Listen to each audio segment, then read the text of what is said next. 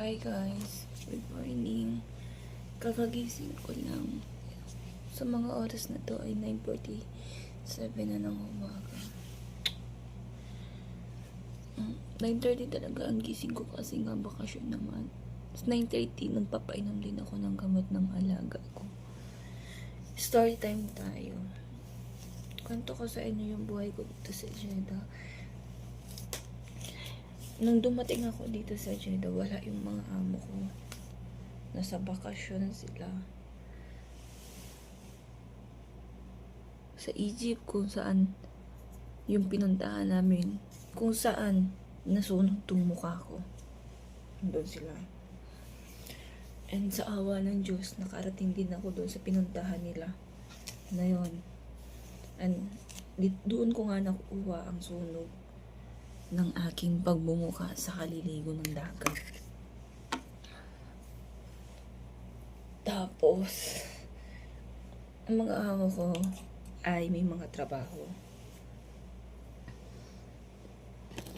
Ang kasama ko lang dito sa buong araw hanggang gabi, paggabi nila, ang mga bata. Dati may kasama ako, hindi kami nagkasama. Malis. Ang paalam. Ang alam ko dun sa kasama kong yun, ayusin niya lang yung visa niya para maging legit pa siya kasi ibang lahi. Alam niyo naman dito sa abroad, kapag ibang lahi, takas, hurog, ganun. Takas sila. May passport, pero takas. Di katulad sa mga Pilipino, bago makapasok dito sa, bago makalabas ng NAIA Airport,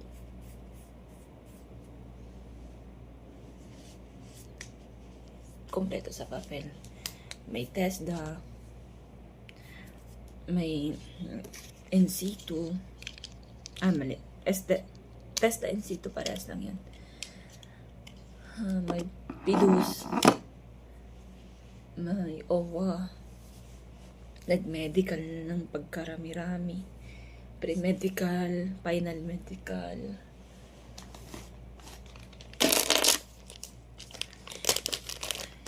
nag-ano pa yan, PT2, PT1, yung dugo na dito kinukuha, kung malalaman ikaw ay buntis o hindi.